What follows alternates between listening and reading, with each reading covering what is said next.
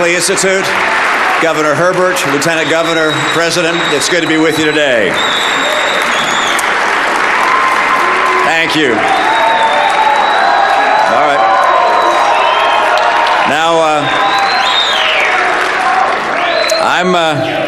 I'm not here to announce my candidacy for office, and I'm not going to endorse a candidate today. Instead, I'd like to offer my perspective on the nominating process of my party. Back in 1964, just days before the presidential election, which incidentally we lost, Ronald Reagan went on national television and challenged America, saying that it was a time for choosing. He saw two paths for America, one that embraced conservative principles dedicated to lifting people out of poverty and helping create opportunity for all, and the other, an oppressive government that would lead America down a darker, less free path. I'm no Ronald Reagan, and this is a different moment in time. But I believe with all my heart and soul that we face another time for choosing, one that will have profound consequences for the Republican Party and, more importantly, for our country. I say this in part because of my conviction that America is poised to lead the world for another century. Our technology engines, our innovation dynamic, the ambition and skill of our people are going to propel our economy and raise the standard of living of Americans. America will remain, as it is today, the envy of the world. You may have seen Warren Buffett. He said, and I think he's 100% right, that the babies being born in America today are the luckiest crop in history. Now, that doesn't mean we don't have real problems and serious challenges. We do. At home, poverty persists, and wages are stagnant. The horrific massacres of Paris and San Bernardino, the nuclear ambitions of the Iranian mullahs, the aggressions of Putin, the growing assertiveness of China, and the nuclear tests of North Korea confirm that we live in troubled and dangerous times. But if we make the right choices, America's future will be even better than our past and better than our present. On the other hand, if we make improvident choices, the bright horizon I've described will not materialize. And let me put it very plainly. If we Republicans choose Donald Trump as our nominee, the prospects for a safe and prosperous future are greatly diminished. Let me explain why I say that. First, on the economy. If Donald Trump's plans were ever implemented, the country would sink into prolonged recession. A few examples. His proposed 35% tariff-like penalties would instigate a trade war, and that would raise prices for consumers, kill our export jobs, and lead entrepreneurs and businesses of all stripes to flee America. His tax plan, in combination with his refusal to reform entitlements and to honestly address spending, would balloon the deficit and the national debt. So even though Donald Trump has offered very few specific economic plans, what little he has said is enough to know that he would be very bad for American workers and for American families. But you say, wait. Isn't he a huge business success? Doesn't he know what he's talking about? No, he isn't. And no, he doesn't.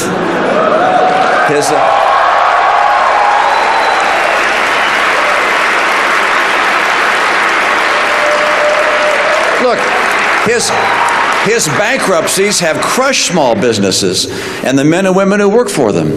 He inherited his business. He didn't create it. And whatever happened to Trump Airlines? How about Trump University?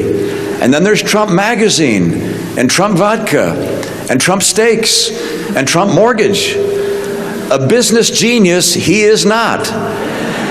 Now, not every policy that Donald Trump has floated is bad, of course. He wants to repeal and replace Obamacare. He wants to bring jobs home from China and Japan. But his prescriptions to do those things are flimsy at best.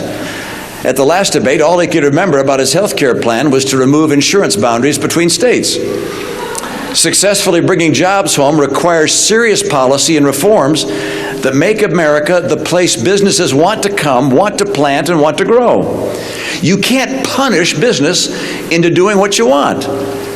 Frankly, the only serious policy proposals that deal with the broad range of national challenges we confront today come from Ted Cruz, Marco Rubio, and John Kasich. One of these men should be our nominee.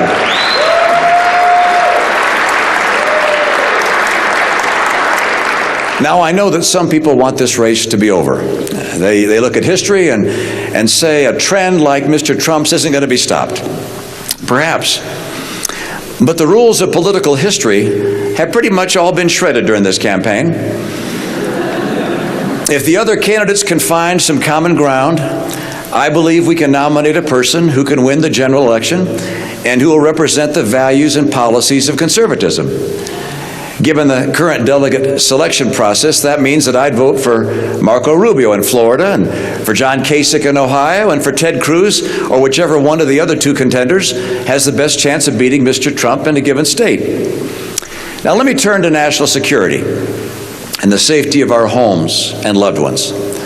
Mr. Trump's bombast is already alarming our allies and fueling the enmity of our enemies. Insulting all Muslims will keep many of them from fully engaging with us in their urgent fight against ISIS. And for what purpose? Muslim terrorists would only have to lie about their religion to enter the country. And then what he said about on 60 Minutes, did you hear this? It was about Syria and ISIS, and it has to go down as the most ridiculous and dangerous idea of the entire campaign season. Let ISIS take out Assad, he said, and then we can pick up the remnants. Now think about that. Let the most dangerous terror organization the world has ever known take over an entire country? This recklessness is recklessness in the extreme. Now Donald Trump tells us that he is very, very smart. I'm afraid that when it comes to foreign policy, he is very, very not smart.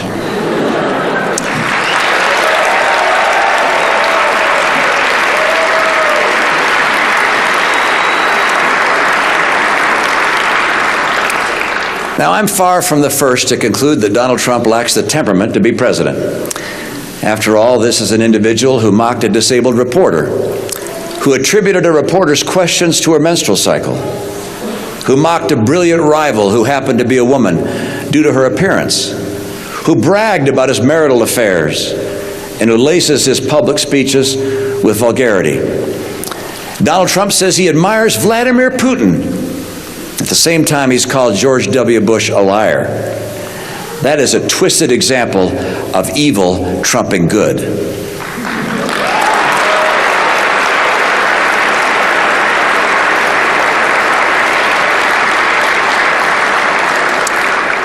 There's a dark irony in his boasts of his sexual exploits during the Vietnam War, while at the same time, John McCain, whom he has mocked, was imprisoned and tortured. Dishonesty is Donald Trump's hallmark. He claimed that he had spoken clearly and boldly against going into Iraq. Wrong. He spoke in favor of invading Iraq. He said he saw thousands of Muslims in New Jersey celebrating 9/11. Wrong. He saw no such thing. He imagined it. He's not of the temperament of the kind of stable, thoughtful person we need as leader. His imagination must not be married to real power. The President of the United States has long been the leader of the free world. The President and, yes, even the nominees of the country's great parties helped define America to billions of people around the world. All of them bear the responsibility of being an example for our children and our grandchildren. Think of Donald Trump's personal qualities: the bullying, the greed, the showing off, the misogyny, the absurd third-grade theatrics. You know, we've long referred to him as the Donald. He's the only person in the entire country to whom we have added an article before his name, and it wasn't because he had attributes we admired. Now imagine your children and your grandchildren acting the way he does. Would you welcome that? Haven't we seen before what happens when people in prominent positions fail the basic responsibility of honorable conduct? We have. and it always injures our families and our country. Watch, by the way, how he responds to my speech today.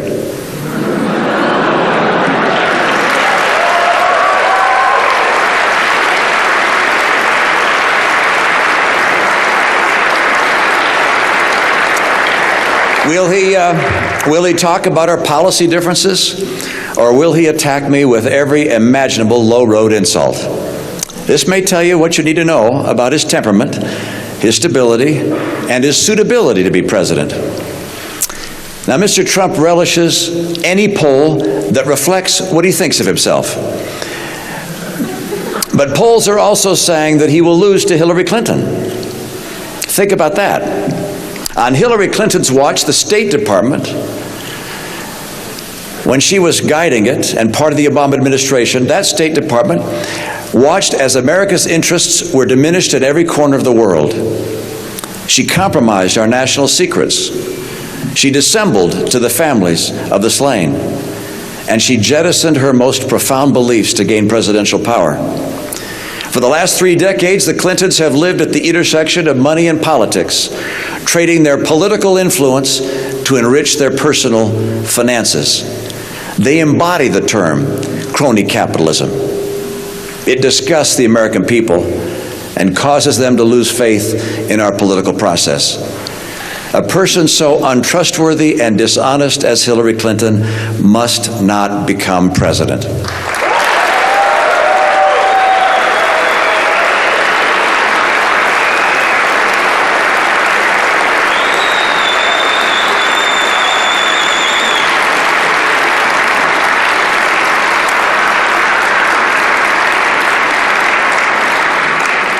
Of course, a Trump nomination enables her victory.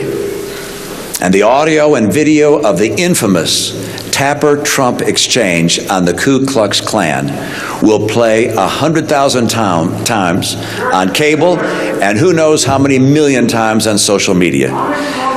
There are a number of people who claim that Mr. Trump is a con man, a fake. Thank you.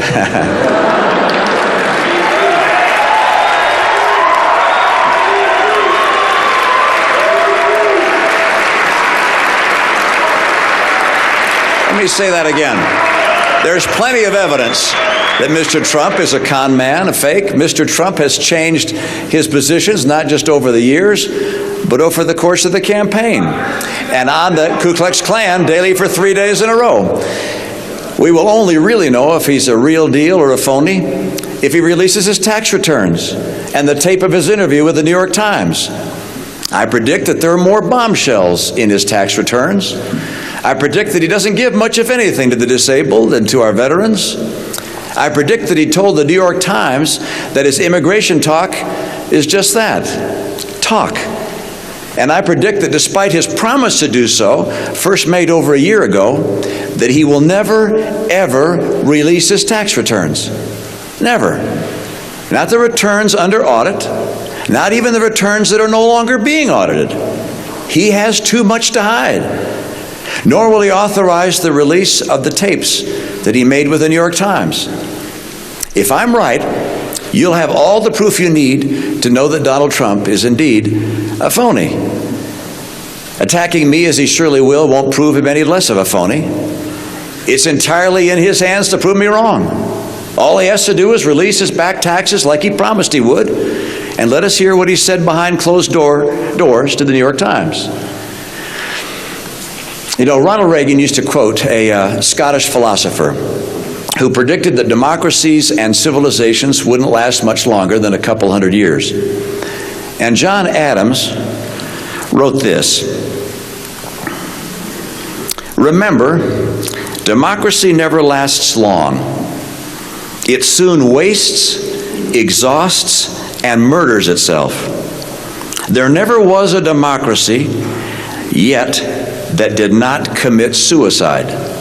That's John Adams. I believe that America has proven these dire predictions wrong for 2 reasons. First, we've been blessed with great presidents, with giants among us. Men of character, integrity, and selflessness have led our nation from the very beginning. None were perfect. Each surely made mistakes. But in every case, they acted out of the desire to do what was right for America and for the cause of freedom. The second reason is because we're blessed with a great people. People who at every critical moment of choosing have put the interests of the country above their own. These two things are related. Our presidents, time and again, have called on us to rise to the occasion. John F. Kennedy asked us to consider what we could do for our country. Lincoln drew upon the better angels of our nature to save the Union. I understand the anger Americans feel today. In the past, our presidents have channeled that anger and forged it into resolve, into endurance and high purpose, and into the will to defeat the enemies of freedom. Our anger was transformed into energy directed for good. Mr. Trump is directing our anger for less than noble purposes. He creates scapegoats of Muslims and Mexican immigrants. He calls for the use of torture. He calls for killing the innocent children and family members of terrorists. He cheers assaults on protesters. He applauds the prospect of twisting the Constitution to limit First Amendment freedom of the press. This is the very brand of anger that has led other nations into the abyss. Here's what I know. Donald Trump is a phony, a fraud. His promises are as worthless as a degree from Trump University.